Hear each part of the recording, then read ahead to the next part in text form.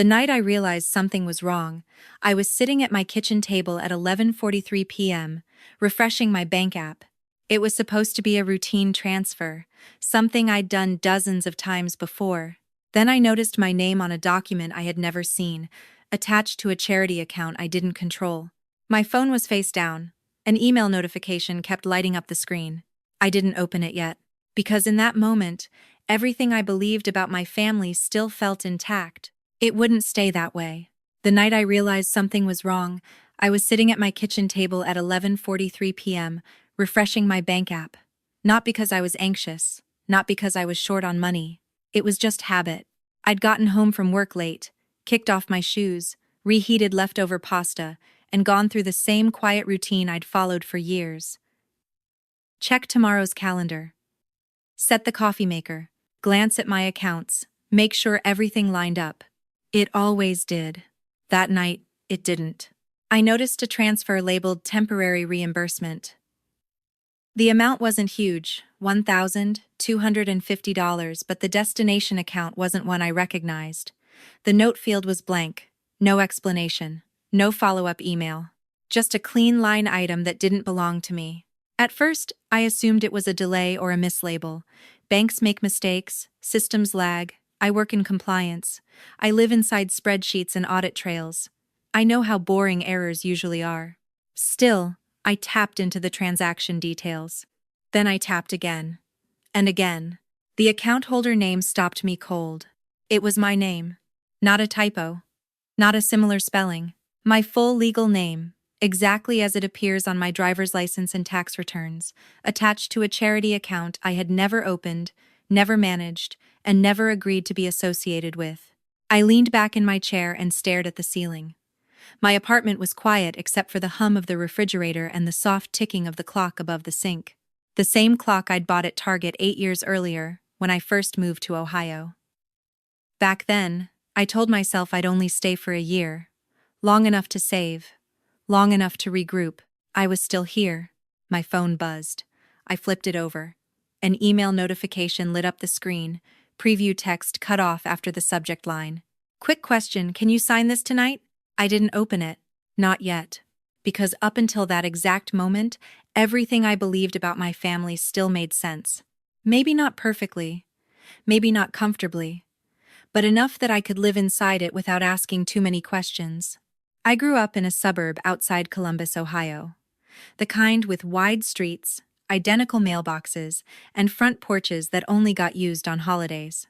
My family was well known in our community, not because we were wealthy, but because we were involved. Church committees, fundraisers, food drives.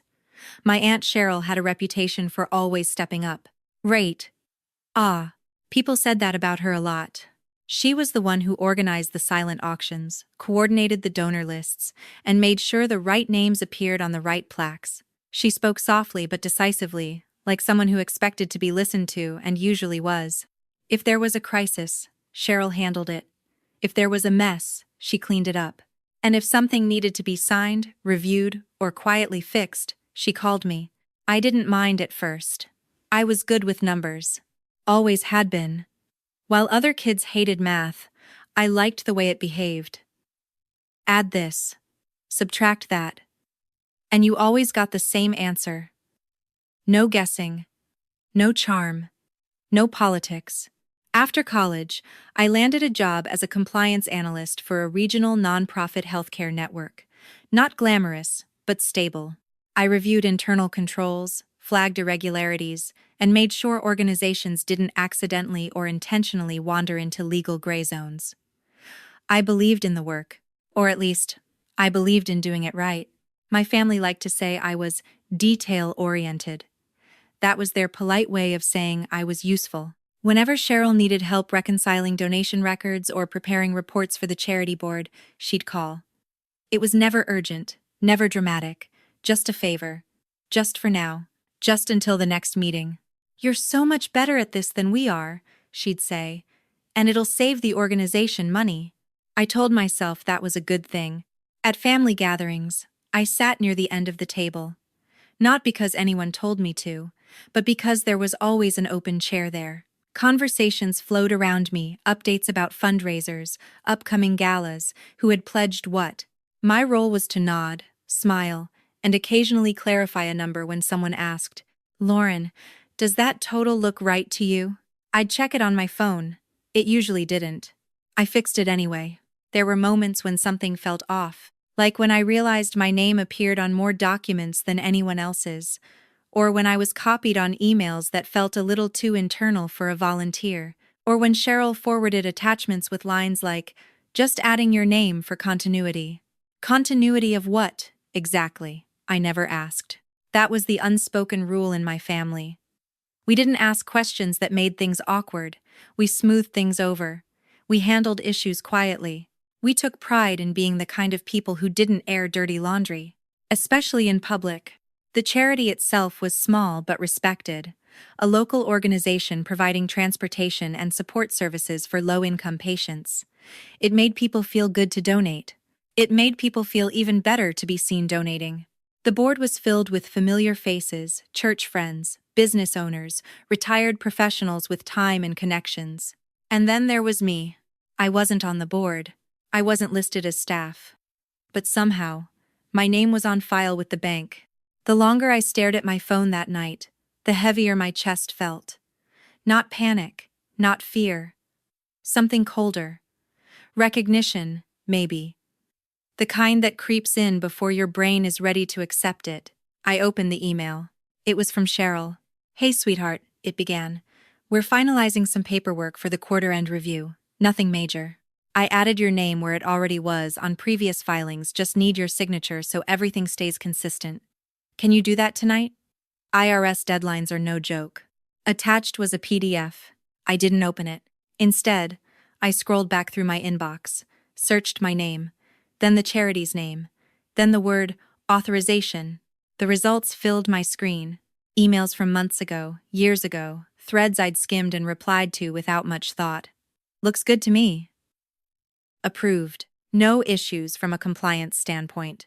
I'd been careful in my work life, meticulous even, but here, with family, I'd been casual, trusting, helpful, naive. I set my phone down and folded my hands on the table. My fingers were steady. That surprised me. I'd always imagined that if something truly wrong happened, I'd feel it physically, shaking, sweating, a rush of adrenaline. Instead, I felt very clear. I thought about the way Cheryl always spoke about responsibility, about stewardship, about doing what was best for the community, even when it was inconvenient. I thought about the times she'd laughed and said, "I don't understand any of this finance stuff. Thank God you do." I thought about how often I'd signed without reading closely, because it was late, because I was tired, because I trusted her. The clock on the wall ticked past 11:50. I opened the PDF. My name was there. Not once. Not twice. On multiple pages. Listed as an authorized signatory, a financial liaison, a compliance contact. Roles I had never formally accepted. Responsibilities I had never agreed to carry. I closed the document and sat there, staring at the reflection of my own face in the dark screen of my phone. For the first time in my life, I understood something with absolute certainty. This wasn't a mistake. And whatever came next was going to cost someone something. I just didn't know yet who that someone would be. I didn't sleep much that night. Not because I was panicking, but because my brain kept replaying small moments I'd dismissed for years, comments that had sounded harmless, requests that had felt routine. Each one slid into place like pieces of a picture I hadn't wanted to see. By morning, the apartment looked exactly the same. Pale sunlight came through the blinds. My neighbor's car alarm chirped once and stopped. The world hadn't shifted. Only my position inside it had. I showered, dressed, and packed my laptop as if it were a normal workday. In a way, it was. I still had reports to review, policies to update, meetings to attend where people spoke in careful language and avoided saying the word liability unless they absolutely had to. At work, I functioned. That surprised me too. I flagged a missing attachment, corrected a miscategorized expense, answered a question about donor restrictions with the calm confidence I was known for. No one could tell that the same skill set keeping my employer safe was now whispering uncomfortable truths about my own life. Around noon, my phone buzzed again. "Cheryl, did you get a chance to look at that doc?" she texted. "We're on a tight timeline." I stared at the message longer than necessary. Tight timelines were her favorite phrase. They made things feel urgent, unarguable. If something was time-sensitive, you didn't have space to hesitate. "I saw it," I typed back. "I have a few questions." There was a pause. Then 3 dots appeared, disappeared, and appeared again. "Of course," she replied, happy to clarify. "It's all standard." Standard. That word sat heavy in my chest. I didn't respond right away. Instead, I pulled up a shared drive I still had access to from a previous volunteer role. It took a few minutes to find what I was looking for: old folders, poorly labeled, PDFs nested inside other PDFs, the kind of digital clutter that accumulates when no one expects to be audited. Eventually, I found a set of meeting minutes from 2 years earlier, a board meeting I hadn't attended. My name appeared under a section labeled Compliance Oversight. I scrolled. There it was, a line noting that Lauren Hale has agreed to serve as a compliance point of contact to streamline reporting. I let out a slow breath. Agreed was doing a lot of work in that sentence. I tried to remember that meeting, the night, the context. All I could recall was Cheryl calling me afterward, asking if I could just take a look at some numbers because the board didn't have anyone with my background. I'd said yes, of course, I always did. At some point, yes had become something else. That evening, I drove to my parents' house for dinner. It was Wednesday, which meant meatloaf and green beans, and my mom asking if I was eating enough vegetables. Normal things, familiar things. I needed to see them, to anchor myself in something real. Cheryl was there too. She often was. She lived 10 minutes away and treated my parents' house like an extension of her own. When I walked in, she was already seated at the table, scrolling through her phone. "Lauren," she said brightly, "perfect timing." She stood and hugged me, the same quick, efficient embrace she gave everyone. No lingering, no warmth, just enough contact to count. Dinner passed the way it always did. Updates about church. A fundraiser coming up next month. A brief complaint about parking downtown. No one mentioned the document. No one mentioned my name appearing where it shouldn't. Halfway through the meal, Cheryl turned to me. "Oh, by the way," she said casually, spearing a piece of meatloaf. "We might need you at the board meeting on Saturday. Just to answer a few questions if they come up." I looked at her. Really looked at her. The confident posture, the relaxed smile, the assumption built into the request. "I wasn't aware I was part of the board," I said. The table went quiet, not dramatically, just a subtle pause, like someone had turned down the volume. Cheryl laughed softly. "You're not. Not officially. You're just involved." My father cleared his throat. "You've always helped out," he said. "It's a good thing." "I help when I'm asked," I replied. "That's different from being listed as responsible." Cheryl tilted her head, studying me. "Lauren, this is how things work in the real world. Titles matter less than trust." "Trust." I nodded slowly. "Then why wasn't I told?" Her smile tightened, just a fraction. "Because it wasn't a big deal." After dinner, I stepped outside under the pretense of taking a call. The air was cool, the sky already dark. I leaned against my car and pulled up the IRS notice again, rereading the language with fresh eyes. Responsible parties may be subject to penalties. Plural, vague, dangerous. I thought about my job, about how often I'd warned clients that informal arrangements were the most common source of serious trouble, that good intentions didn't protect anyone when regulators got involved. That systems failed not because people were malicious, but because they were careless and assumed someone else would handle it. I went back inside and found Cheryl in the kitchen, rinsing dishes. "I'm not signing anything," I said. She didn't look up. "Lauren, I'm not signing," I repeated. "Not until I understand exactly why my name is where it is, and how it got there." She turned off the water and faced me. The warmth was gone now. In its place was something harder. "You're overreacting," she said. "This organization does real good. Do you want to be the reason it gets bogged down in red tape? I want to be the reason it's done right." Her lips pressed together. You know what happens when people start asking questions. Donors get nervous, support dries up, people suffer. That was the lever. I recognized it immediately. Guilt disguised as morality. I'm asking questions, I said evenly. That's all. She stared at me for a long moment, then sighed. Fine. We'll talk tomorrow. On the drive home, my phone buzzed again. A new email. This one wasn't from Cheryl. It was from a board member I barely knew, forwarded to a group thread. Can someone explain why Lauren Hale is listed as the primary compliance contact? I don't recall approving that. My stomach tightened. I didn't respond. Not yet. When I got home, I opened my laptop and started a new folder. I named it with the date. Inside, I began saving everything. Emails, attachments, screenshots, meeting notes. Not because I was planning to use them, but because I finally understood something important. If things went wrong, no one would remember how my name ended up there. They would only remember that it was. By Thursday morning, my role in the charity had quietly shifted from helpful to necessary, and no one had bothered to tell me when that happened. I could feel it in the tone of the emails, the way people started copying me by default, the subtle assumption that I would fix whatever surfaced. At work, I reviewed a compliance memo about donor-restricted funds and caught myself rereading the same paragraph 3 times.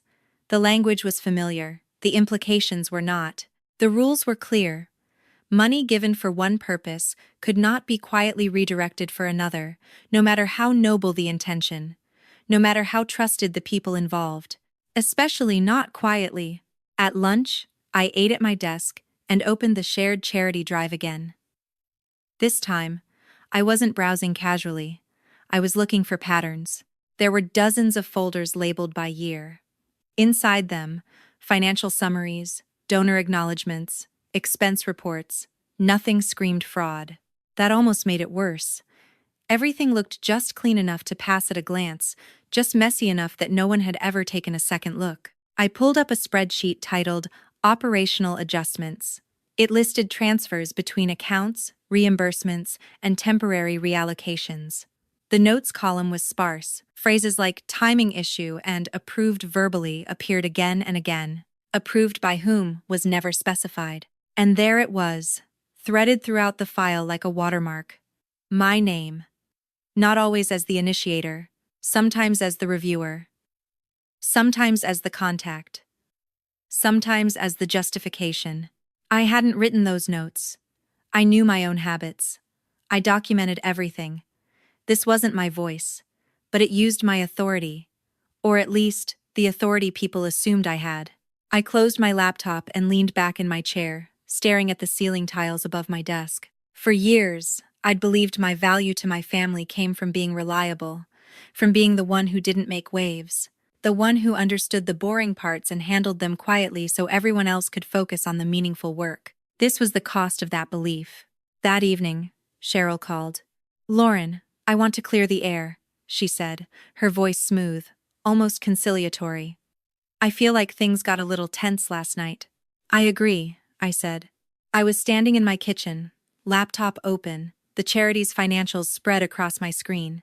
"You know I trust you," she continued. "That's why I looped you in. You're the most competent person I know." There it was, the compliment sharpened just enough to feel like a blade. "Competent people need accurate information," I replied. A pause. "What are you implying?" "I'm not implying anything," I said. "I'm asking to see the original authorization documents where I agreed to these roles." "In X time." Another pause. Longer this time. "Lauren," she said carefully, "this isn't how nonprofits operate. We're flexible. We adapt. We don't get hung up on formalities the way corporations do." "I work in compliance for nonprofits," I said. "This is exactly how they operate." She sighed. "You're letting your job cloud your judgment. This is family." Family. That word landed differently now. "I need clarity," I said. "If my name is on these accounts, I need to understand why." Her tone cooled. "I think you're forgetting how much good this organization does."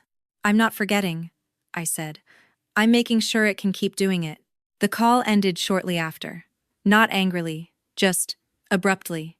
That night, I sat on my couch and tried to remember when helping had started to feel like obligation, when saying yes had stopped being a choice and started being an expectation. It hadn't happened all at once. It never did. It happened in increments. In moments when it felt easier to comply than to explain, easier to sign than to question. I thought about my parents, about how proud they were of Cheryl's involvement in the community, how often they'd said, "She's the reason things run so smoothly." I wondered if they knew how much of that smoothness rested on me. On Friday afternoon, I received an email from the charity's treasurer, a retired accountant named Mark who rarely weighed in. "Lauren," he wrote, "can we talk? I have a few concerns about the upcoming audit." I replied immediately. We spoke later that day. His voice was cautious, professional. "I don't want to step on toes," he said, "but some of these records are unconventional." "I agree," I said. "I was under the impression you'd approved certain adjustments," he continued. "I didn't," I said. Not knowingly. There was a silence on the line, then a slow exhale. "That's what I was afraid of," he said. After we hung up, I opened my notebook and began writing things down. Dates, names, decisions I remembered making, and ones I didn't. I wasn't building a case, not yet. I was building a timeline. The more I wrote, the clearer it became. I hadn't been targeted because I was careless. I'd been chosen because I was competent and quiet. Because I asked the right questions at work and none at home. Because my credibility could absorb risk without anyone noticing. I thought back to something Cheryl had said once, years ago, when I hesitated over a last-minute request. "You don't mind," she'd said. "You're good at this." I'd smiled and agreed. Saturday morning, the board meeting went on without me. I watched the minutes populate the shared drive in real time. My name appeared again, cited as the compliance contact who would handle follow-up as needed. I closed the document and felt something settle in my chest. Not fear, not anger, resolve. I wasn't angry at Cheryl. Not exactly. I was angry at the structure that made this possible. At the unspoken rules that rewarded people who took and punished people who paused. At myself, for believing that being indispensable was the same as being respected. That afternoon, I went for a long walk through my neighborhood. Kids rode bikes on the sidewalk. Someone grilled in their backyard, the smell of charcoal drifting through the air. Life went on, oblivious to the quiet shift happening inside me. I realized then that the value being violated wasn't money or reputation. It was consent. My right to know what I was responsible for. My right to say no without being framed as selfish or disruptive. That night, I drafted an email. Not accusatory, not emotional, just precise. "I need a full accounting of any documents, accounts, or filings where my name appears," I wrote. "Effective immediately, I am revoking any informal authorization previously assumed. Please direct all future requests through proper channels." I read it twice, then I saved it as a draft. I wasn't ready to send it yet. Because I knew what would happen when I did. The tone would change. The story would shift. People who'd praised my reliability would question my loyalty. Before bed, I checked my bank app again. No new transfers. The quiet felt temporary. As I turned off the light, one thought stayed with me, steady and unignorable. I hadn't been helping. I had been absorbing risk. And once you see that, you can't unsee it. The strange thing about realizing you've been absorbing risk for other people is that nothing on the outside changes right away. No alarms go off. No one confronts you. The same requests keep coming, dressed up in the same polite language, as if the ground beneath you hasn't shifted at all. On Monday morning, Cheryl emailed me a spreadsheet with the subject line, "Quick cleanup." No greeting, no explanation, just an attachment and the unspoken assumption that I would open it, review it, and make whatever problem disappear. I didn't respond. Instead, I forwarded it to a separate folder and labeled it with the date and time. Then I went back to my actual job and spent 3 hours reviewing a client's internal controls, flagging issues that mirrored what I was now seeing at home. Missing approvals, blurred roles, decisions made verbally and documented later, if at all. The irony wasn't lost on me. Around mid-morning, my phone rang. Cheryl again. "Lauren, did you see my email?" she asked, skipping any pretense. "Yes," I said. And? And I'm not handling it. There was a pause, sharp enough to feel deliberate. What do you mean? You're not handling it, she said. I mean exactly that, I replied.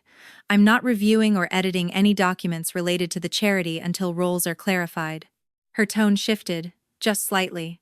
This is getting blown out of proportion. As it, I don't think it is. You're making things harder than they need to be, she said. We're volunteers. This isn't some corporate audit. It's still regulated, I said. And my name is still on the line. She sighed. You're being dramatic. That word landed harder than anything else she'd said. I ended the call before I could respond in a way I'd regret. By the end of the week, the pressure came from other directions. A board member emailed to ask if I could just confirm a few numbers before they went out to donors. Another asked if I'd be available for a call to smooth things over.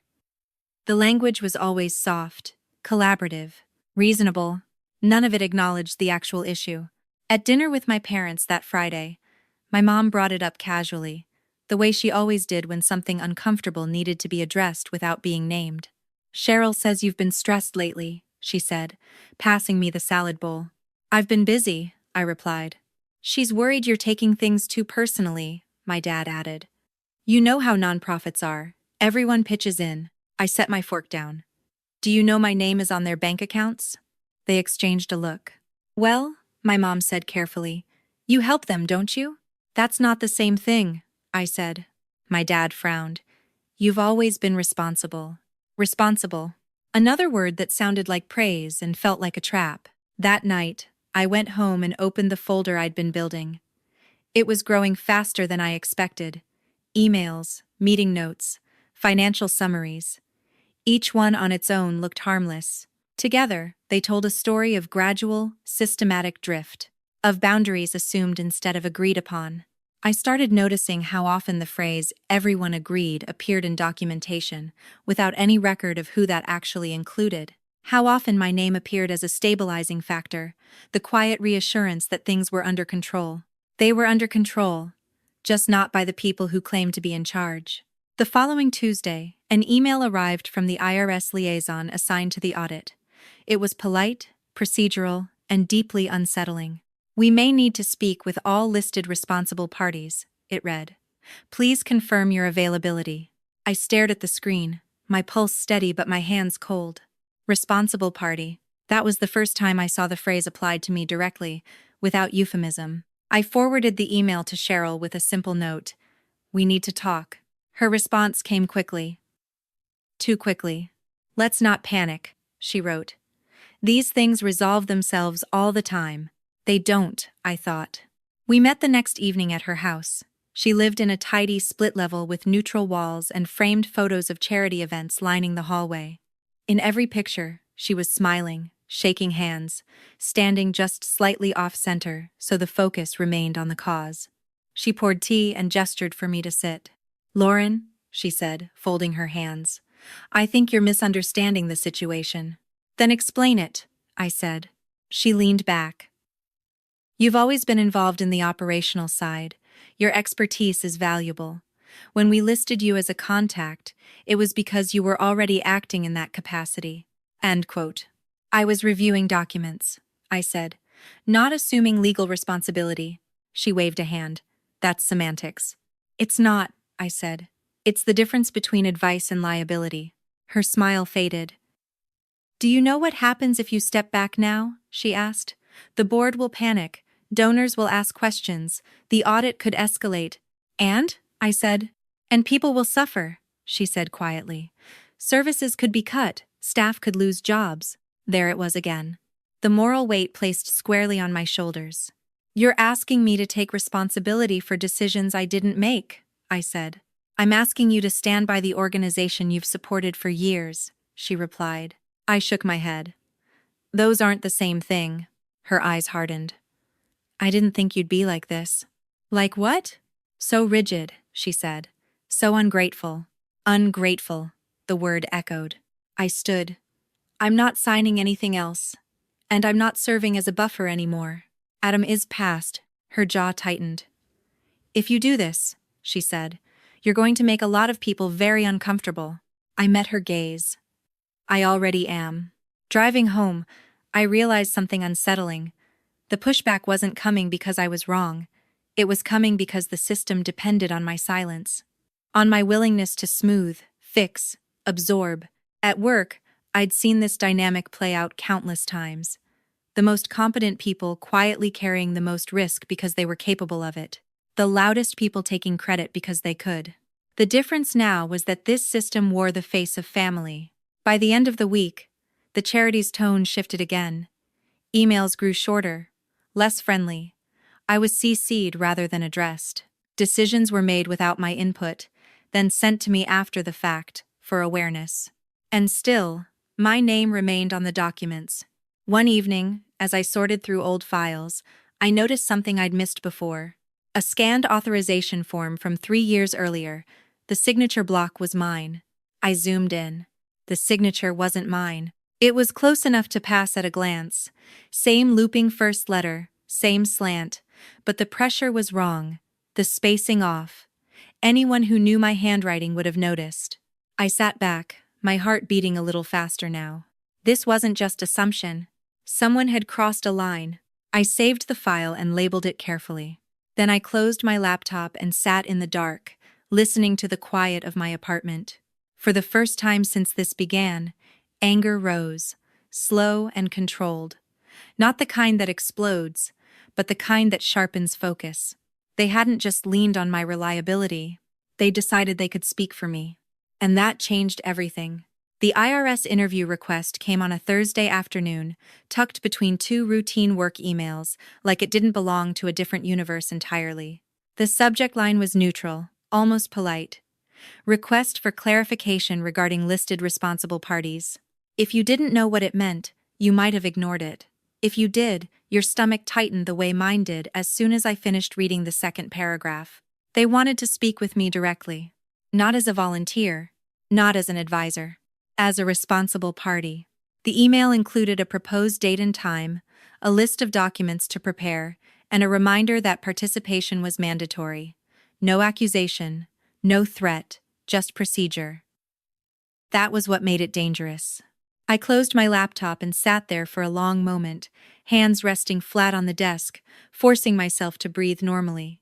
Outside my office window, the parking lot looked exactly the same as it had an hour earlier. Cars came and went. Someone laughed as they walked past. Life continued, indifferent to the fact that a line had just been crossed. This was the point of no return. Until now, everything had existed in a gray zone. Assumptions, informal arrangements, social pressure disguised as family loyalty, all of it messy but deniable. The IRS didn't operate in gray zones. They reduced things to paper, signatures, and responsibility.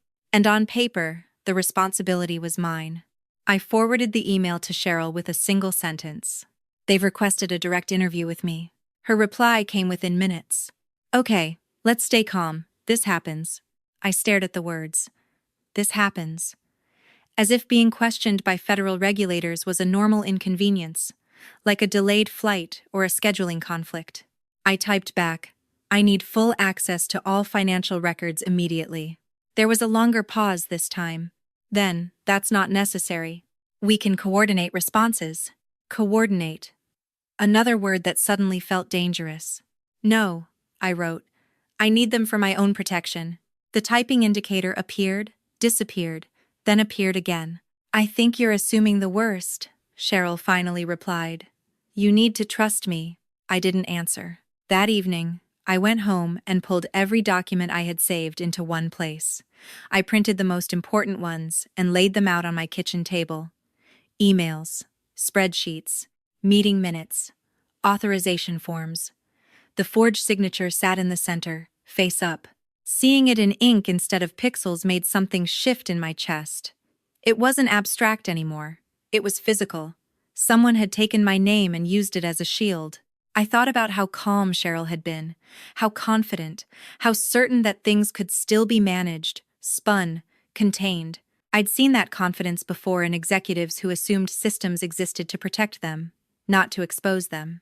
I slept badly that night, waking up at odd hours with fragments of old conversations replaying in my head, comments I'd brushed off, jokes about me being the adult in the room, compliments that now sounded like positioning.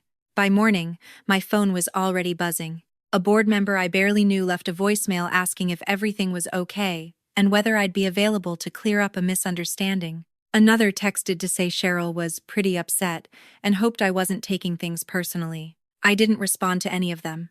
Instead, I called an attorney. Not one connected to my family, not one recommended by a friend of a friend. A compliance attorney whose name I found the same way I found most professionals in my life, through quiet research and reviews written by people with nothing to gain from praising them. Her name was Karen Patel. Her voice was calm, direct, and entirely uninterested in soothing my feelings. "Send me everything," she said after I explained the situation. "And don't sign anything, don't agree to anything, don't attend any meetings without representation." "What about the IRS interview?" I asked. "We'll prepare," she said. "But understand this. They're not your enemy. They're trying to understand a system. Your job is to tell the truth." That word again. Truth. After the call, I felt steadier. Not because things were better, but because I was no longer handling them alone. Cheryl called again that afternoon. I let it go to voicemail.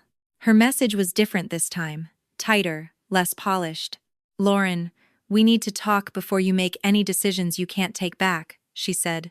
"You're blowing this up in a way that could hurt a lot of people. Call me." I didn't. That night, I met Karen at her office. It was small, quiet, and unremarkable. No framed awards. No inspirational quotes, just shelves of binders and a desk covered in files. She listened without interrupting as I walked her through everything.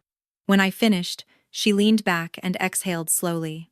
"You're not the first person this has happened to," she said. "And you won't be the last. Organizations like this often run on informal power structures. When something goes wrong, they look for the most credible person to absorb the impact." "Me," I said. She nodded. "You have expertise. You have a clean record, and you trusted them." I thought about how often I'd equated trust with virtue, how proud I'd been of it. "What do I do now?" I asked. "You stop protecting them," she said simply. "You provide accurate information when asked. Nothing more, nothing less." The following week was a blur of preparation. We organized documents, built timelines, highlighted inconsistencies. Karen didn't editorialize. She didn't speculate. She focused on facts. On Tuesday morning, I sat across from my laptop for the IRS interview, Karen beside me on the screen. The agent was professional, methodical. He asked about my role, my understanding of my responsibilities, how my name came to be listed. I answered honestly. "I was not aware I was designated as a responsible party," I said. "I did not authorize the use of my signature on that document." There was a pause on the other end. "You're saying this signature is not yours?" he asked. "Yes. It's alive to now." Karen slid the comparison documents into the shared folder. "Understood," the agent said. "We'll need to look into that." When the call ended, I sat there, drained but clear. I hadn't accused anyone. I hadn't dramatized anything. I'd simply told the truth. Within hours, the tone shifted again. Emails from the charity stopped altogether. Then one arrived from Cheryl, this time copying the entire board. "Given recent developments, we are revisiting certain administrative processes," she wrote. "Lauren has expressed discomfort with her involvement, and we respect her wishes." Discomfort. As if this were about feelings. I closed the email and leaned back in my chair. The inciting event, the moment that forced everything into motion, hadn't been the forged signature or the audit notice alone. It was the realization that the people I'd trusted were willing to let me carry consequences they were unwilling to face themselves. And now that the system was looking directly at them, they were already rewriting the story. But it was too late for that. I wasn't going to correct their narrative. I was going to let the truth do its work. Once you stop protecting people, the truth has room to move. That was the lesson I learned in the days after the interview, when silence replaced the constant buzz of requests I'd grown used to. No quick questions, no forwarded spreadsheets, no friendly nudges framed as favors. The quiet wasn't peaceful, it was watchful. Karen warned me it would happen. "When systems are exposed," she said during one of our check-ins, They often freeze before they fracture. She was right. The charity's board called an emergency meeting without inviting me. I found out about it the same way I'd found out about so many things lately through a document upload time-stamped at 9:17 p.m. The meeting minutes were sparse. Vague language. Action items deferred. A note that legal counsel would be consulted. My name didn't appear once. At work, I tried to focus on my actual responsibilities, but my mind kept drifting back to the files Karen and I were still reviewing. With distance, patterns became clearer. The story wasn't about one forged signature or one misplaced transfer. It was about a structure that had quietly evolved to funnel risk downward toward the person least likely to object. Me. Karen called it liability buffering. I called it betrayal. One afternoon, as I combed through old emails, I noticed something I'd missed before. A recurring thread titled Continuity Planning. It went back nearly 4 years. I opened the earliest message. Cheryl had written it. "We should make sure Lauren remains listed for continuity," the email read. "It reassures donors and simplifies reporting. No mention of consent, no mention of scope, just reassurance." As I scrolled, my chest tightened. The thread wasn't internal chatter. It included multiple board members, people I'd greeted warmly at fundraisers, people who'd thanked me for my help. They all knew my name was being used to steady the ship. They just hadn't cared enough to ask if I knew. I forwarded the thread to Karen. "This establishes awareness," she replied. "Not criminal intent, necessarily, but knowledge. Knowledge mattered." That evening, my mom called. "Cheryl is really upset," she said without preamble. "She feels blindsided." I closed my eyes. I was blindsided too. "She says you went straight to a lawyer," my mom continued, her voice tight. "That you didn't even try to work it out." "I did try," I said. "I asked questions." "And you couldn't just let it go?" she asked. "For the sake of the family?" There it was. The unspoken expectation laid bare. "Let what go?" I asked. "My name being used without my consent? My signature being forged?" My mom was quiet for a moment. "I don't understand why it has to be this serious." "It's serious because it's real," I said. "Because if something goes wrong, I'm the one on record." She sighed. "Cheryl's done so much good." "So have I," I said quietly. The line went silent. When she spoke again, her tone had softened. "I just don't want this to tear everyone apart." I thought about that for a long time after we hung up. About how often I'd been asked to carry discomfort so others didn't have to. About how easily my peace had been traded for theirs. The next development came unexpectedly. An email from the charity's new legal counsel arrived late Friday afternoon. It was addressed to me directly, polite and formal. "We are conducting an internal review of governance practices," it read. "Your cooperation would be appreciated." Karen reviewed it and nodded. "This is where things get interesting," she said. "They're realizing the narrative isn't holding." I agreed to meet.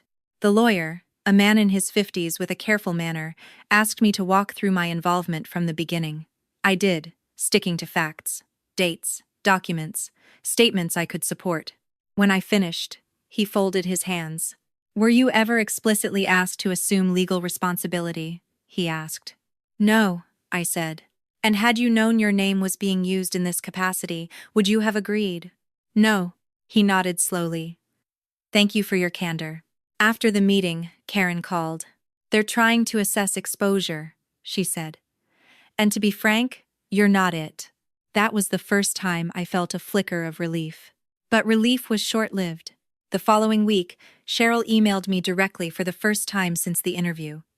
The tone was markedly different. "I wish you'd trusted me," she wrote. "We could have handled this quietly." Quietly. The word landed like a bruise. "I trusted you," I replied. "That's why this happened." She didn't respond. Instead, a rumor began circulating, subtle at first, whispers that I'd overreacted, that I'd brought in outsiders unnecessarily, that I'd jeopardized funding over a misunderstanding. I heard it secondhand, through friends of friends, through the slight shift in how people greeted me at church, through the way conversations stopped when I walked into a room. It hurt more than I expected. Karen reminded me this was part of the process. "When power is threatened," she said, "it deflects." I kept my head down. focused on facts, on cooperating when asked, on not correcting every false assumption. It was harder than any audit I'd ever worked on. One evening, as I sorted through the last batch of documents, I noticed a small but telling detail. A donor acknowledgement letter sent 2 years earlier, thanking contributors for their confidence in the organization's robust compliance oversight. The letter was signed by Cheryl, and below her signature, in smaller print, was my name, listed as compliance officer. I stared at it for a long time. This wasn't just about risk absorption. It was about image, about credibility borrowed without permission, about a story told so often it had become truth to everyone except the person it centered on. I forwarded the letter to Karen. "This matters," she said. "It shows reliance on your perceived role." Days later, the IRS requested additional documentation. The charity complied, slowly, carefully. Their responses grew more formal, more cautious. The easy confidence Cheryl had once projected was gone. The board announced that an independent audit firm had been retained. Cheryl stepped down from day-to-day operations, temporarily. No one called me to explain. No one apologized. The narrative simply shifted, as if this were an inevitable evolution rather than a consequence of choices. I watched it happen with a strange mix of sadness and clarity. I hadn't set out to dismantle anything. I'd only wanted my name back. One night, as I prepared for bed, I caught my reflection in the bathroom mirror. I looked tired, but steadier, older somehow, like someone who'd crossed an invisible line and couldn't return. I realized then that the evidence I'd uncovered wasn't just documentation. It was proof of a role I'd never agreed to play. Proof that good intentions weren't enough to keep you safe. Proof that silence could be mistaken for consent. The charity would survive, or it wouldn't. That outcome was no longer mine to manage. What was mine was the truth. And for the first time, I was letting it stand on its own. The hardest part wasn't the audit. It wasn't the rumors or the way conversations bent around me like I was suddenly made of sharp edges. The hardest part was sitting alone with the question I couldn't avoid anymore. What did I actually want to happen? For most of my life, I'd operated on reflex. Fix the issue, smooth the process, absorb the discomfort so others didn't have to feel it. That instinct had been praised so often it had hardened into identity. I was the reliable one, the reasonable one, the one who didn't overreact. Now that reflex had nowhere to go. In the quiet weeks after Cheryl stepped back, I felt untethered. There were no emergencies to solve, no spreadsheets to reconcile, no late-night emails demanding immediate attention. Without the constant pull of responsibility, something uncomfortable surfaced. Anger. Not explosive anger. Not the kind that demands witnesses. It was slower than that. Heavier. It showed up in small moments when I passed the charity's building on my drive home, when I deleted old emails and saw how casually my name had been used, when someone at church smiled too brightly and asked how I was holding up. I wasn't holding up. I was deciding. Karen and I met one afternoon to review the latest updates. The independent audit was underway. The IRS had not issued findings yet, but their tone had shifted from exploratory to focused. "They're narrowing in," Karen said. "This will take time." "And Cheryl?" I asked. "She's lawyering up," Karen replied, "which is expected." I nodded, absorbing that. Cheryl, who'd always preached transparency and trust, now needed protection. The irony was sharp enough to sting. "What happens if they ask me to formally distance myself?" I asked. Karen studied me. "What do you want to do?" The question caught me off guard. I was used to being told what needed to be done, not asked what I wanted. "I don't know," I admitted. "Part of me wants to walk away completely. Let them deal with the fallout. And the other part?" I hesitated. "The other part doesn't want to become the villain in everyone else's story." Karen leaned back. "You don't control the story. You control your boundaries." Boundaries. Another word I'd always admired in theory and struggled with in practice. That night, I lay awake thinking about my family, about my parents' discomfort, about how easily my actions had been reframed as betrayal rather than self-protection. I understood their fear. They'd built their sense of stability on the idea that people like Cheryl handled things, that nothing truly bad could happen under her watch. I was threatening that belief. I thought about the charity's clients, the patients who relied on its services, the volunteers who believed in the mission. None of them had asked for this. None of them deserved to suffer because of governance failures they had no hand in creating. This was the moral knot at the center of everything. If I pushed too hard, the organization could collapse. If I stepped back entirely, others might carry consequences they didn't deserve. And if I tried to manage the outcome, I risked repeating the same pattern that had put me here. There was no clean answer. The next morning, I received an unexpected email from Mark, the treasurer. "I wanted to apologize," he wrote. "I should have questioned things sooner. I didn't because I assumed you were overseeing it." I stared at the screen for a long time. He hadn't meant to burden me. He'd simply trusted the structure presented to him, just like everyone else. I replied carefully. "I appreciate that," I wrote. "But I wasn't overseeing it, and that's the problem." His response came quickly. "I know that now. If there's anything I can do to support a transparent process, let me know." I closed my laptop and sat back. This was what responsibility actually looked like. Not control, not silence, but willingness to face uncomfortable truths. That afternoon, I drove to my parents' house unannounced. My mom looked surprised when I walked in, but she didn't ask questions. She never did at first. She waited to see which version of me had arrived. We sat at the kitchen table, the same one where I'd done homework as a kid, where decisions were discussed indirectly and feelings were managed with politeness. "I'm not trying to hurt anyone," I said finally. My mom folded her hands. "Then why does it feel like everything is falling apart?" "Because it was built on something fragile," I said, "and no one wanted to see it." She shook her head. "Cheryl always meant well." "I know," I said. "So did I. It's Clave the Demanger." She looked at me then, really looked at me, as if seeing something unfamiliar. "What do you want?" she asked quietly. I took a breath. "I want my name off things I didn't agree to. I want clarity. And I want to stop being asked to carry responsibility without authority." She nodded slowly. "And if that costs us our image?" I thought about that. About how much image had already cost me. "Then that's the price," I said. Leaving their house, I felt both lighter and sadder. Lighter because I'd finally said it out loud. Sadder because I knew not everyone would accept it. In the weeks that followed, I was asked formally this time whether I wished to remain associated with the charity in any capacity. The question came from the new interim board chair, carefully worded and neutral. I asked for time. This was the moment where my choice would shape the ending. Not legally, that was already in motion, but morally. I could sever ties, protecting myself completely. Or I could remain, under explicit, documented terms, to help stabilize the organization during the transition. Both options carried weight. I met with Karen again, laying it all out. "If I stay," I said, "I risk being pulled back into something unhealthy." "If you leave," she replied, "you risk being painted as abandoning ship." "And if I try to help?" She smiled faintly. "Then you need conditions. Real ones." That night, I drafted a document. Not a resignation. Not an agreement. A statement of boundaries. I outlined what I would and would not do. What authority I required. What documentation was necessary.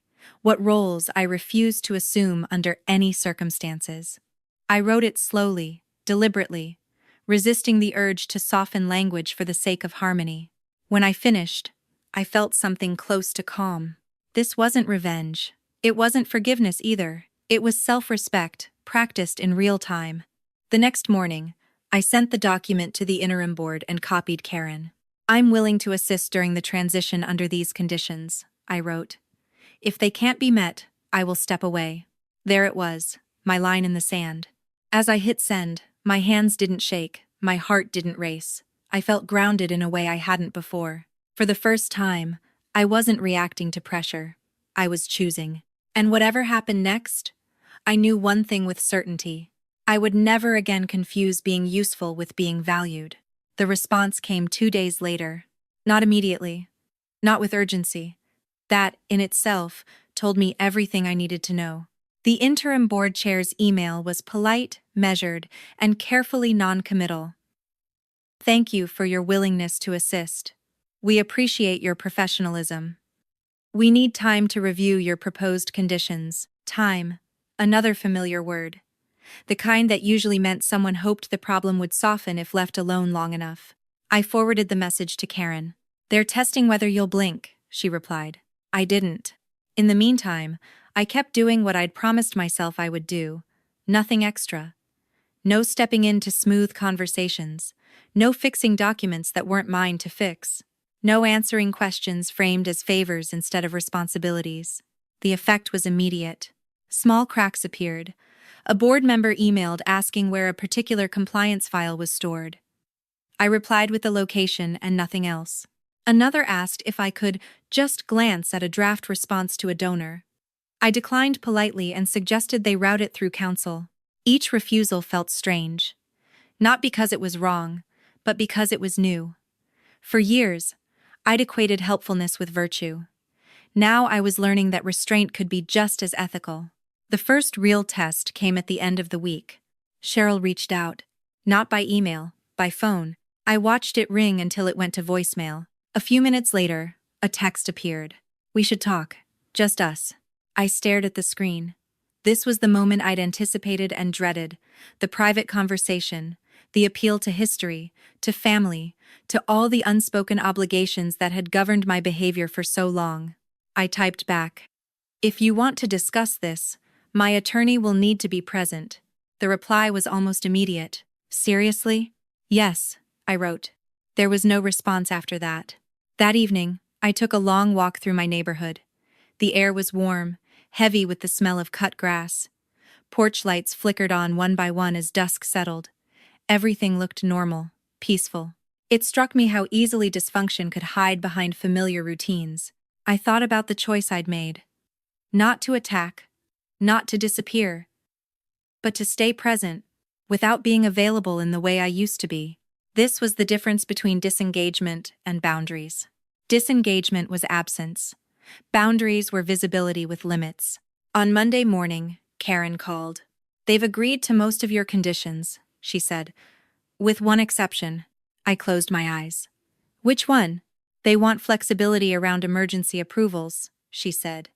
"They're asking that you be available to authorize certain actions if timing becomes critical." Of course they were. "That's exactly the loophole," I said. "I know," Karen replied. "What do you want to do?" I thought about it. About how many times just this once had become always.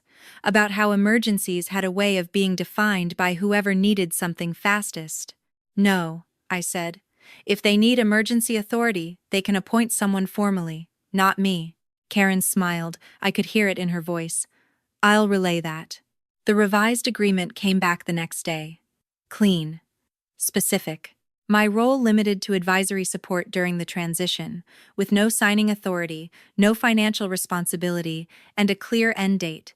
Everything documented, everything transparent. I read it twice, then a third time. This was what it looked like when expectations were made explicit, when help wasn't confused with obligation, when consent wasn't assumed. I signed. The shift in dynamics was subtle but profound. Meetings changed. People spoke more carefully. Questions were directed to the right roles. Decisions took longer because they had to be discussed instead of quietly handled. It was inefficient. It was also honest. During one meeting, a board member asked if I could just take this on since I had the background. I paused, then redirected the task to the appropriate committee. No one argued. Afterward, Mark pulled me aside. "I didn't realize how much you were carrying," he said. "We all got used to it." I nodded. "So did I. It's 7 until you coming in Dio. 2000 in Dio. That was the strange part. I hadn't just trained them. I'd trained myself." Cheryl remained absent. Officially on leave. Unofficially. She'd become the unspoken center of every conversation. No one criticized her directly.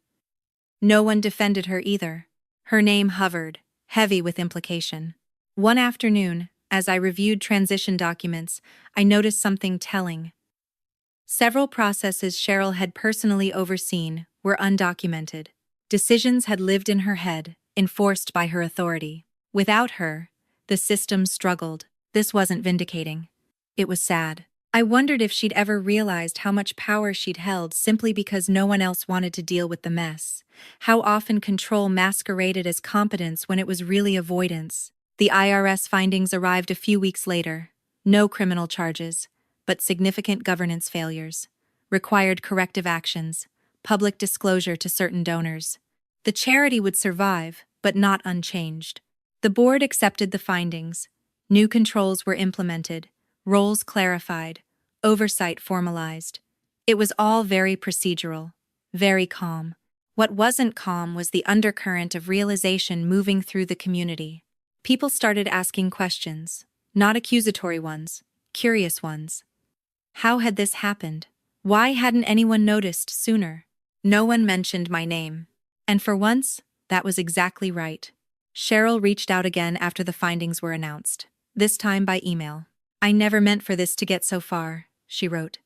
"I thought you understood that." I read the message slowly. Understanding wasn't the issue. "I did understand," I replied. "That's why I had to stop." She didn't write back. That night, I sat alone in my apartment, the same kitchen table where this had begun now cleared of documents and files. I checked my bank app out of habit. Everything lined up. The quiet felt different now, not watchful, earned. I realized then that the choice I'd made to stay, but only under clear terms, had done something unexpected. It hadn't just protected me, it had forced everyone else to confront their own roles. There was no villain exposed, no dramatic reckoning, just a slow, unavoidable shift. And that, I was learning, was sometimes more unsettling than confrontation, because when you don't destroy people, when you simply stop compensating for them, they're left alone with what they built. And they have to decide whether to fix it or live with it. Not the kind that comes with headlines or public accusations, but the quieter kind, the slow realization that without someone absorbing the friction, everything feels sharper, louder, more uncomfortable. The first sign came from a donor luncheon. I hadn't planned to attend. My role no longer required it, and frankly, I didn't trust myself to sit in a room full of polite smiles without noticing what had changed. But the interim chair asked if I would come, not to speak, not to present, just to be present. "People are asking questions," she said. "It helps when they see familiar faces." I agreed, on one condition. I wouldn't answer anything outside my defined scope. The luncheon was held at a country club on the edge of town. Beige walls, neutral art, the smell of coffee and catered chicken salad. The kind of place designed to feel reassuring, stable. As I walked in, conversations dipped, then resumed. Nothing dramatic, just a subtle recalibration. People noticed me now in a different way, not as the invisible fixer, but as a variable. A woman I recognized from past events approached me with a polite smile. "Lauren," she said, "it's been a while. How are things?" "Busy," I replied. True, but noncommittal. "I heard there were some changes," she continued carefully. "At the charity." "Yes," I said. "There were—" She waited. I didn't fill the silence. "Oh," she said after a moment. "Well, I suppose these things happen." They do, I thought. When no one wants to ask how. Across the room, I spotted Cheryl's absence like a missing tooth. She used to command these spaces effortlessly, floating from group to group, dispensing reassurance with practiced ease. Without her, the board members looked slightly adrift, unsure who should take the lead. At one point, a donor asked a direct question about oversight. The interim chair answered with a prepared response, measured and correct, but lacking Cheryl's confidence. There was no spin, just facts. The room felt different. Afterward, Mark joined me near the exit. "This is harder without her," he admitted quietly. "It's supposed to be," I said. He nodded. "I think we relied on her more than we realized. Or more than you wanted to admit," I thought. A few days later, the charity announced a restructuring of its leadership, not dramatic, not punitive, just a formal acknowledgement that Cheryl would not be returning to her previous role. A new governance committee would be formed, responsibilities redistributed. The email was respectful, almost generous. Cheryl's name appeared once, framed by gratitude. I didn't feel vindicated reading it. I felt tired. The real turning point came the following week. in a conversation I hadn't expected. My mother called. I ran into Cheryl at the grocery store, she said. I closed my eyes. How was she? Not great, my mom admitted. She said people are treating her differently. I waited. She thinks you turned everyone against her. There it was. The accusation I'd been bracing for. I didn't, I said. I stopped covering. My mom was quiet. Then, reluctantly, she said you could have handled it more privately. I exhaled slowly. She had years of privacy. My mom sighed. I don't know what to think anymore. That, I realized, was the point where the narrative finally broke. When the people who'd accepted the old story without question began to feel its weight, Cheryl reached out one last time, requesting a meeting. Not through lawyers. Not through the board. Directly. I considered it carefully. Karen advised against it. There's nothing to gain, she said. She was right, legally. But this wasn't about law. It was about closure. We met at a cafe halfway between our houses. Neutral ground. No audience. She looked older than I remembered. Tired. Her confidence, once so effortless, now felt strained. I never meant to put you in danger, she said without preamble. I know, I replied. And I did. That was the hardest part. You could have come to me, she continued, before it got out of hand. I did, I said. You told me I was overreacting. She winced. I was trying to protect the organization. At my expense. She looked away. You were strong, capable. I thought you could handle it. The words hung between us. That's not protection, I said quietly. That's outsourcing risk. Her jaw tightened. You didn't have to make it so public. I didn't make it public, I said. I answered questions when asked. She laughed softly, without humor. You always were literal. I didn't respond. What do you want from me? She asked finally. I considered the question, carefully, honestly. Nothing, I said. I wanted accountability. That's already happened.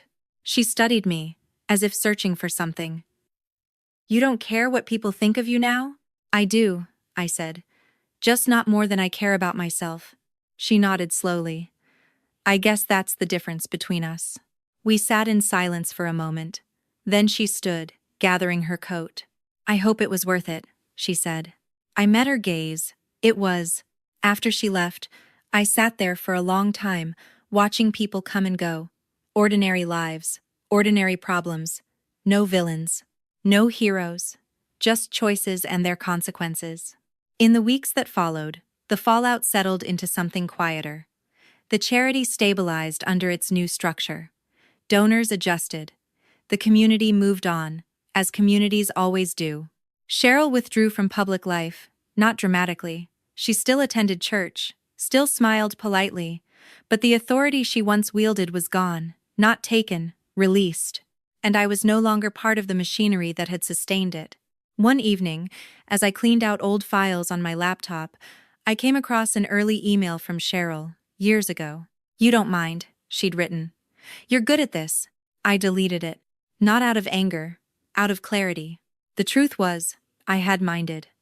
I just hadn't known how to say it. Now I did. And that knowledge, quiet, firm, irreversible, was the real shift. By the time the charity released its final compliance update, the crisis phase was officially over. The language was clean and restrained, governance gaps identified, corrective actions implemented, oversight strengthened. The kind of document that reassures regulators and quietly exhausts everyone else. I read it once, then closed the file. There was nothing in it for me anymore. That realization came with an unexpected mix of relief and grief. For months, my life had revolved around documents, timelines, and conversations weighted with consequence. Now the machine had moved on without me. It didn't need my vigilance anymore. The system had absorbed the shock and rebalanced. And I was left standing outside it, suddenly unnecessary. For the first time since this started, I had no next step. At work, things returned to their usual rhythm. Reviews, meetings, deadlines that mattered in a contained, professional way. My colleagues didn't know the details of what had happened, only that I'd been dealing with something personal. I let that stand. It was easier than explaining a story that didn't fit neatly into a moral lesson.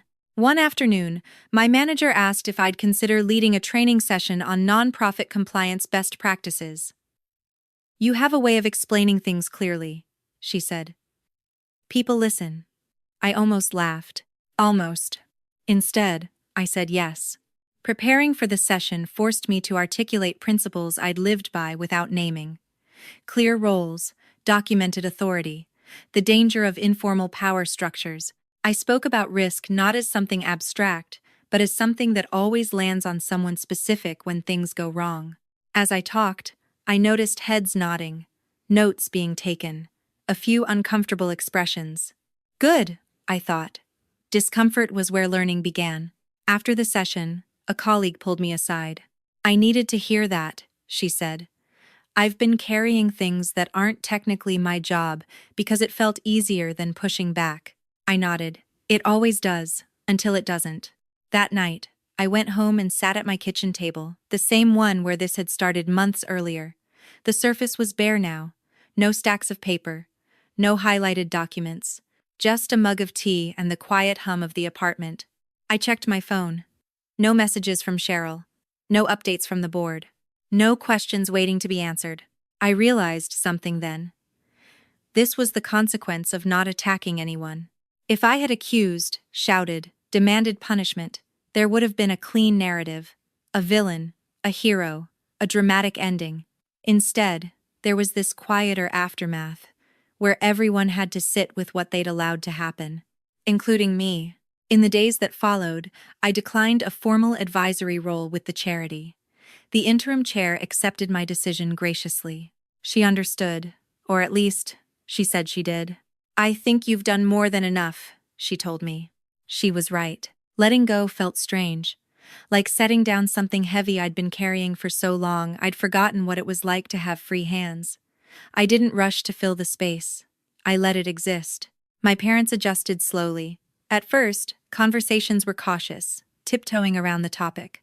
Over time, they became more honest.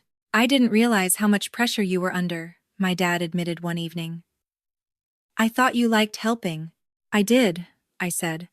"I just didn't like being assumed." That distinction mattered more than I'd ever admitted. As for Cheryl, I heard about her occasionally. Through mutual acquaintances.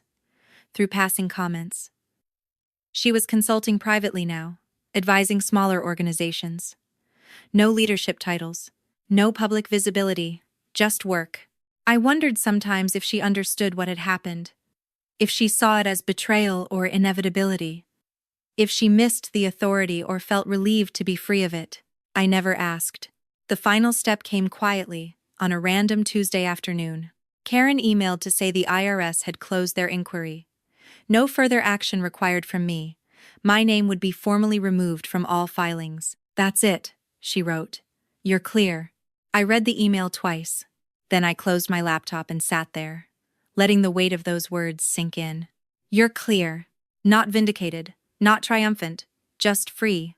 That evening, I took out a notebook and wrote down a few things. Not notes, not reminders, observations. I wrote about how easily competence turns into expectation, about how silence can be mistaken for agreement, about how people who benefit from a system rarely question it until it stops working for them. I wrote about the difference between responsibility and ownership, about how true accountability requires consent, not just capability. When I finished, I tore out the pages and folded them neatly. Not to keep as evidence, just to mark the moment. As I turned off the light, one thought stayed with me, clear and steady. I hadn't won anything, but I hadn't lost myself either. And that was the point. In choosing not to destroy anyone, I'd forced something harder. The truth to stand without cushioning. Without my presence smoothing its edges. Without my competence disguising its flaws. The system had revealed itself. And once revealed, it could never go back to pretending I was the problem it needed to solve. I fell asleep that night with a sense of closure I hadn't expected, not the kind that comes from dramatic endings, but the kind that comes from alignment. My actions matched my values. My boundaries matched my capacity. And my silence when I chose it was no longer mistaken for consent. That was enough. The story everyone expected never really happened. There was no final confrontation, no dramatic apology, no public reckoning where someone stood up and admitted they were wrong. If people were waiting for that moment, it disappointed them. What happened instead was quieter, and in some ways, more unsettling. A month after the IRS closed its inquiry, the charity held its annual meeting. I didn't attend, not out of avoidance, but because my presence was no longer necessary. The interim chair sent me the agenda anyway, a courtesy more than an invitation. Later, I heard how it went. Attendance was lower than usual. Questions were sharper. Donors asked about controls, oversight, documentation. The board answered as best they could, reading from prepared statements, pointing to new policies. No one mentioned Cheryl by name, but everyone felt the absence. In the past, she would have fielded those questions effortlessly, redirecting concerns with warmth and authority. Now, without her voice smoothing the edges, the room sat in its discomfort longer. People shifted in their chairs. Follow-up questions piled up. The organization survived the meeting. Of course it did. Institutions usually do. What didn't survive was the illusion that things ran on goodwill alone. That was the twist no one talked about out loud. Cheryl hadn't been removed because of malice. She hadn't been exposed as a villain. She'd simply lost the thing that had made her powerful: unquestioned trust. And once that was gone, there was nothing dramatic to replace it, just a smaller role. Fewer calls, less influence. She hadn't been punished. She had been revealed. And revelation, I was learning, had consequences of its own. I ran into her one last time, unexpectedly, at a bookstore downtown. I almost didn't recognize her at first. She was dressed more casually than I'd ever seen her, standing alone near a display table, flipping through a paperback. We locked eyes. The moment stretched. I considered pretending I hadn't seen her. Walking past. Preserving distance. Instead, I nodded. She hesitated, then nodded back. We didn't speak. As I walked away, I realized something strange. I didn't feel triumphant or vindicated. I didn't feel sorry for her either. What I felt was acceptance of the outcome, of the limits of my control. She had made choices, so had I. That was all there was to it. Later that week, my mom invited me over for dinner. Just the two of us. No agenda, no careful framing. At one point, she set down her fork and looked at me. "I've been thinking about what you said," she admitted, "about carrying responsibility without authority." I waited. "I've done that my whole life," she said quietly. I just didn't have the words for it. This half did they have. That was the moment I hadn't known I needed. Not an apology, not an admission of guilt, just recognition. We sat in silence for a while after that, the kind that didn't feel heavy. My dad joined us later, and the conversation drifted to ordinary things. Work, the weather, plans for the weekend. Life resumed its familiar rhythm, altered but intact. That, too, was unexpected. I had braced myself for rupture, for permanent distance. Instead, there was recalibration. Awkward at times. Slower, but real. In the months that followed, I noticed changes in myself. I stopped volunteering reflexively. I paused before saying yes. I asked clarifying questions without apologizing for them. At work, I delegated more, trusted others to carry their own responsibilities. Some people bristled, others adapted. No one accused me of being difficult. They just adjusted to the fact that I wasn't cushioning every impact anymore. One evening, as I sorted through old files on my laptop, I found a draft email I'd never sent, written early in the process, when I was still trying to explain myself in a way that wouldn't upset anyone. It was long, careful, full of justifications. I deleted it. The person I'd written it for no longer existed. What struck me most, looking back, was how close I'd come to making a different choice. How easily I could have stepped away entirely, cut ties, let the organization implode under its own weight. That would have felt cleaner, simpler.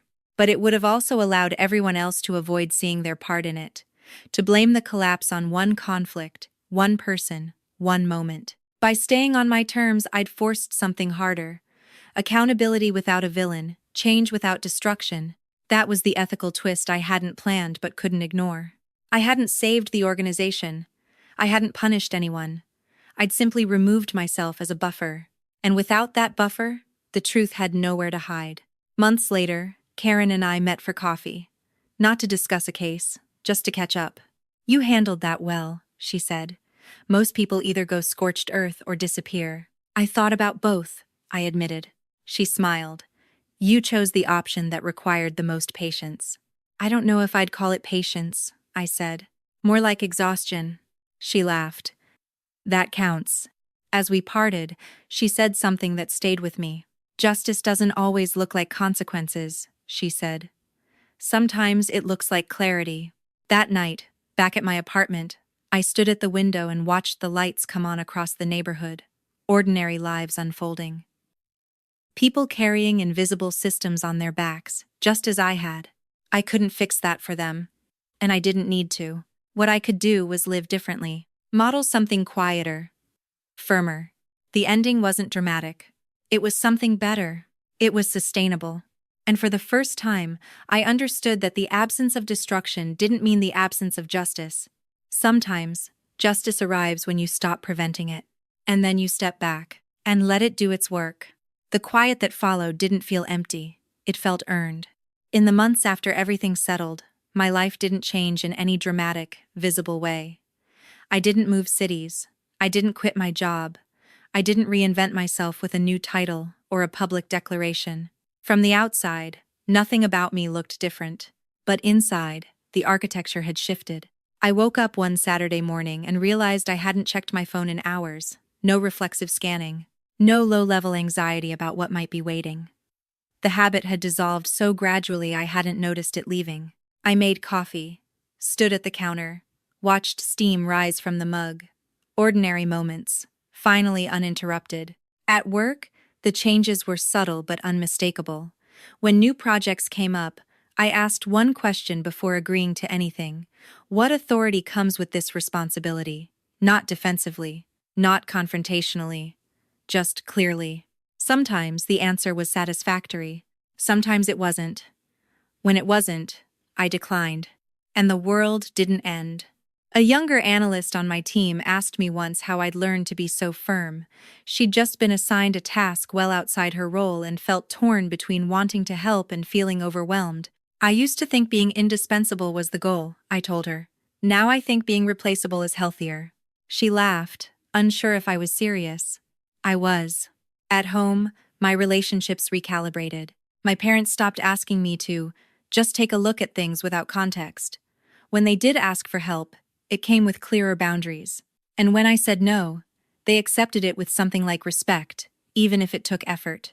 The absence of constant negotiation created space for something else. Conversations that weren't transactional. Time that wasn't borrowed against future favors. I hadn't realized how much of my connection to them had been built on utility until it wasn't anymore. As for the charity, it continued on its quieter path. New leadership, more paperwork, less charm. It wasn't as smooth as it once had been. It also wasn't as fragile. Occasionally, I'd hear updates through the community grapevine. A new policy implemented. A donor who appreciated the transparency. A volunteer who struggled with the increased structure. It was harder work now. It was also honest. Cheryl faded from the story not because anyone pushed her out, but because there was no longer a role for the version of authority she'd embodied. The system no longer bent to accommodate informal control. It asked for documentation instead. She adapted, or she didn't. That part wasn't mine to manage. One afternoon, months later, I found myself cleaning out a drawer and came across an old notebook. Inside were notes from the early days of the crisis, half-formed thoughts, anxious questions, attempts to explain myself to an audience that no longer existed. I flipped through the pages, recognizing the voice but not the person. She was careful, defensive, still trying to be understood. I closed the notebook and set it aside. That version of me had done what she could with the tools she had. She deserved more credit than I'd given her. That evening, I took a walk as the sun dipped low, the air cooling just enough to be comfortable. Neighbors waved. Someone's dog barked. A kid rode past on a skateboard, wobbling and laughing. Life. Unspectacular and ongoing. I thought about how close I'd come to choosing a louder ending, to making my exit definitive and scorched, how satisfying that might have felt in the moment. I also thought about what it would have cost me. In choosing not to destroy anyone, I'd been forced to confront my own patterns without distraction, to sit with discomfort rather than redirect it outward, to accept that justice doesn't always arrive as punishment. Sometimes it arrives as alignment. Alignment between what you know is right and what you're willing to tolerate, between your skills and how they're used, between your generosity and your consent. I'd spent years believing that my job was to make systems work, even when they weren't designed to be fair. I believed that competence carried an obligation to compensate for dysfunction.